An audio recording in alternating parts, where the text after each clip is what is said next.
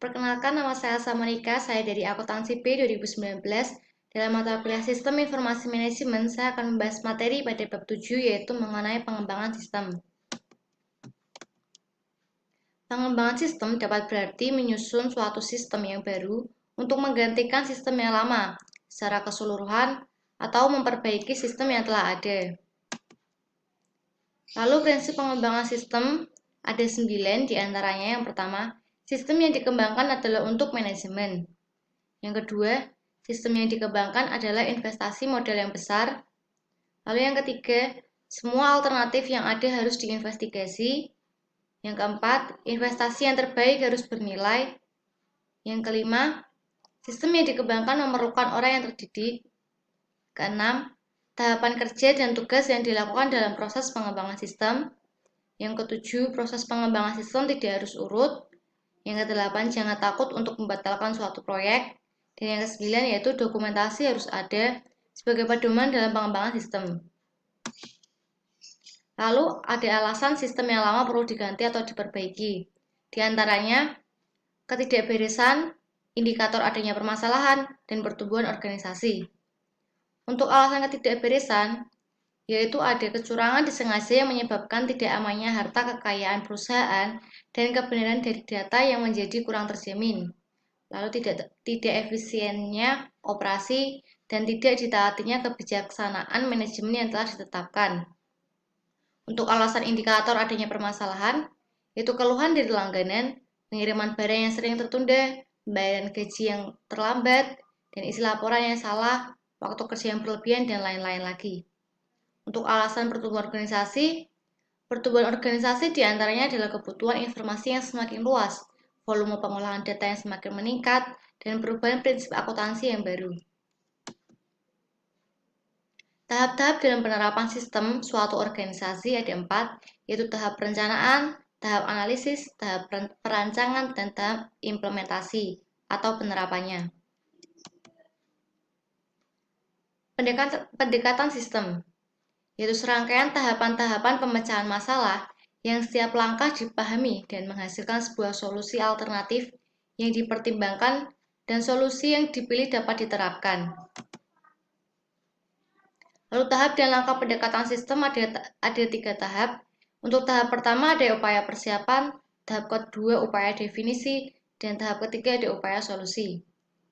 Bisa kita lihat dalam tahap pertama ada 3 langkah, tahap kedua ada 2 langkah, dan tahap ketiga ada 5 langkah.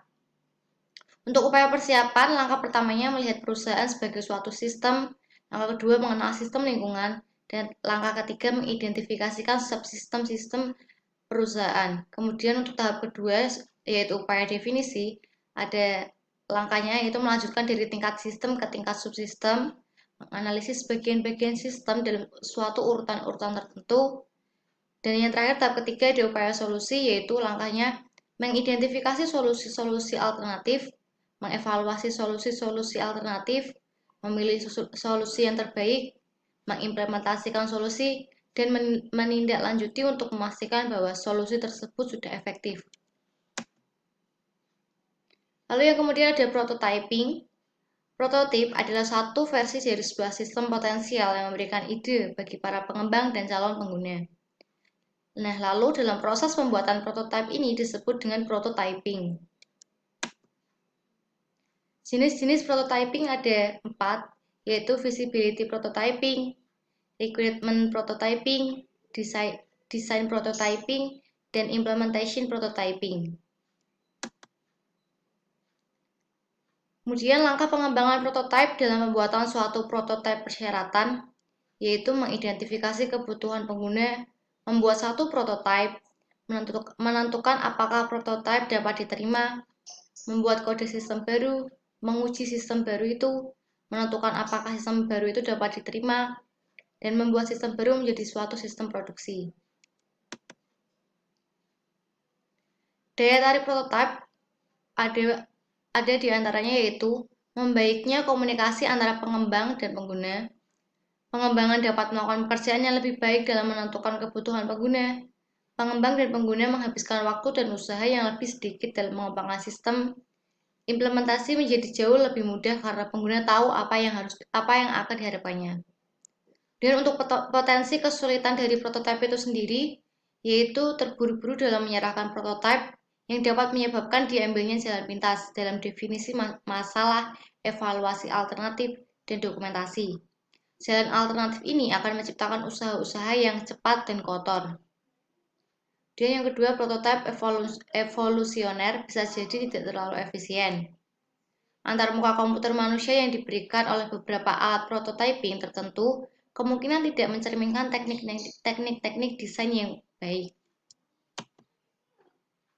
Pengembangan aplikasi cepat. Satu metodologi pengembangan sistem ini digunakan oleh banyak perusahaan. Adalah kombinasi dari SDLC tradisional, prototyping, dan RAD. Pengembangan berfase merupakan suatu pendekatan bagi pengembangan sistem informasi yang terdiri atas 6 tahap, yaitu investigasi awal, analisis, desain, konstruksi awal, konstruksi akhir, serta pengujian dan pemasangan sistem. Metode soft system. Tahapan-tahapan proses untuk menangani masalah-masalah dalam kehidupan sehari-hari yang berdampak pada organisasi. Pertama, menyusun problematik, diagram, dan rich picture. Yang kedua, menyusun konsep model terdiri dari visi dan strategi yang mungkin digunakan.